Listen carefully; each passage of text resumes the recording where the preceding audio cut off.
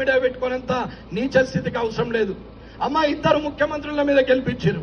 కామారెడ్డి ప్రజలు విఘ్నులు అన్నారు. ఇద్దరు ఇట్లలో ఒక్కరు ముఖ్యమంత్రి అవుతారని మీకు తెలుసు, నాకు తెలుసు. అయినా నన్ను ఓటేసి గెలిపించారు. నేను గెలిచిన నుంచి గెలవక ముందు అదే కారులో ఒక్కొన్నే వచ్చిన, ఇయ్యాల కూడా నేను ఒక్కొన్నే వచ్చిన. 20 మందిని వేసుకొని 20 బండ్లు వేసుకొని వస్తేనే లీడర్ అని మీరు అనుకుంటే ఆ లీడర్షిప్ నాకు అవసరం లేదు.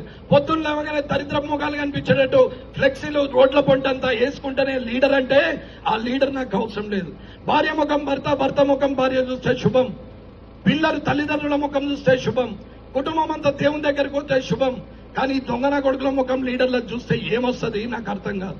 పొద్దున్న లేవగానే ఒకడు ఈ మూలకు మొక్కుకుంటుంటాడు, ఒకడు చెయ్యి ఊపుతాడు, ఒకడు నడుచుకుంటుంటాడు. సంక్రాంతి పండుగ శుభాకాంక్ష ఆడు ఎత్తనే మనం చేగోలు చేస్తాం, లేకుంటే చేయనే చేయం. ఆడు వినాయక చవితి శుభాకాంక్షలు పాశం ఆడండి పెట్టినట్టు ఏముంది. దీపావళికి పేనీలు అంతే కూర్చు, సంక్రాంతికి ముగ్గులేపిస్తే కూర్చు. అదే పని తప్ప వేరే ఆలోచనే లేదు. అమ్మా, మున్సిపల్ అంటే కోట్లు. మీకు అర్థమవుతుందా? అభివృద్ధి ఏందనేది కూడా తెలియని పరిస్థితి. 90% జనానికి 90% కూడా చదువుకున్న వాళ్ళకు కూడా మున్సిపల్లో ఇంత ఉంటుందని తెలియాలనే చెప్పిన. అమ్మ, ఎవరికి ఓటేస్తారనేది మీ నిర్ణయం. నరేందర్కి వేసుకోరు, ఇంకోనికి వేసుకొని కానీ నిజాయితీకి ఓటేయండి. నిజాయితీగా కాకుండా మీరు అనవసరమైన లంగల్ని గెలిపిస్తే మీ కిందికి నీళ్ళు వస్తాయి తప్ప ఎవరికేం లేదు. అన్న, మీరు ఓటేస్తే ఎమ్మెల్యే, మీరు ఓడగొడితే మాజీ ఎమ్మెల్యే, నాకేం పెద్ద సమస్య లేదు. నేను ఓడిపోయినా, నేను గెలిచినా, నేను పర్మనెంట్. రమణారెడ్డి పర్మనెంట్, నా క్యారెక్టర్ పర్మనెంట్, నా నిజాయితీ పర్మనెంట్. మీరు ఓటేస్తే ఎమ్మెల్యే, లేకపోతే మాజీ ఎమ్మెల్యే, కానీ నా క్యారెక్టర్ అయితే పోదు. అన్న, ప్రాణం ఉన్నన్ని రోజులు నిజాయితీగా ఉంటాం. తినేది లేదు, తిననిచ్చేది లేదు. ఇది కామారెడ్డి మార్పు కోసం మిమ్మల్ని కోరుకునేది. మీకు తెలవాలని చెప్తున్న లెక్కలు. ఈడ అమాయకులు ఉన్నారని నేను అనుకోవట్లేదు, అర్థమైతలేదనేది నేను అనుకోవట్లేదు. కానీ అర్థం కాకుండా నాకెందుకులే అనుకునే ఒక మనస్తత్వం అందరికీ అలవాటైంది. అమ్మా, మనకే అవసరం, మందికి అవసరం లేదు. మనకే అవసరం అని చెప్తున్నాం. ఆ రోజైనా ఈ రోజైనా అదే చేస్తున్నాం. 20 బండ్లు వేసుకొని వస్తే ఒక 2 బండ్లు ముందు వస్తాయి, 2 వీడియోలు ముందు వస్తాయి. ఆడికెళ్ళి బండ్లు వస్తుంటే జూమ్ చేసి తీస్తారు. అవన్నీ వచ్చి ఆగుతాయి. బండ్లకెళ్ళి దిగుతాడు సారు. దిగిన తర్వాత మొత్తం స్లోమో తీస్తారు. మీతో మాట్లాడి మళ్ళీ ఎక్కుతాడు. పోతా ఉంటాయి. ఇది మళ్ళా సోషల్ మీడియాలో బాలకృష్ణ సినిమాల బాలకృష్ణ కొంచెం స్పీడ్ దిగుతారు, కానీ వీళ్ళు అంతకన్నా ఎక్కువ స్లో మోషన్ లో దిగుతారు.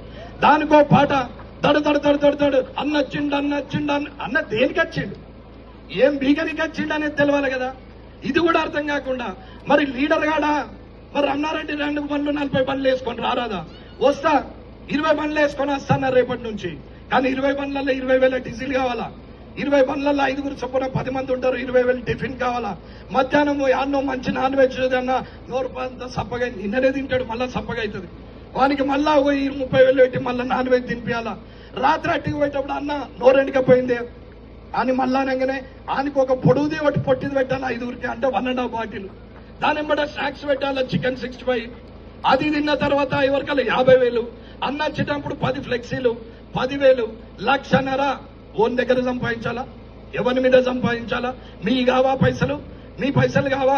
మీ షాదీ ముబారక్, మీ కళ్యాణ్ లక్ష్మి, మీ సీఎంఆర్ఎఫ్, మీ డెత్ సర్టిఫికేట్, మీ బర్త్ సర్టిఫికేట్, మీ లేఅవుట్, మీ ఇంటి పర్మిషన్, మీ పెన్షన్, మీ రేషన్, ఇవి కావా పైసలు? ఇవిటి దగ్గర తీసుకోరా పైసలు? వట్టిగా సదావానికి 1 తాత ముత్తాతలు ఏమని ఇచ్చిండ బండ్లల్లో తిరుగుమని? ఎక్కడి పైసలు? ఇంట్లో ఫ్యామిలీ 5 కాదు, ఉద్యోగస్తులు ఒక ఊరికి పోతే ఇంకో 4 వేసుకొని షేరింగ్ చేసుకొని పోతారే. మరి దాంట్లోనే షేరింగ్ ఇలా కనపడదా? అది నా పైసా, ఇదేమో ప్రజల పైసా. ప్రజలలో నువ్వు లేవా? ఇది తెలియదా? ఇది ఆలోచించకపోతే ఎట్లా? కాబట్టి ఆలోచించుకొని నిర్ణయం తీసుకుంటారని కోరుకుంటూ ఈ అవకాశం ఇచ్చిన మీ అందరికీ ధన్యవాదాలు తెలియజేస్తూ ముగిస్తున్నాను.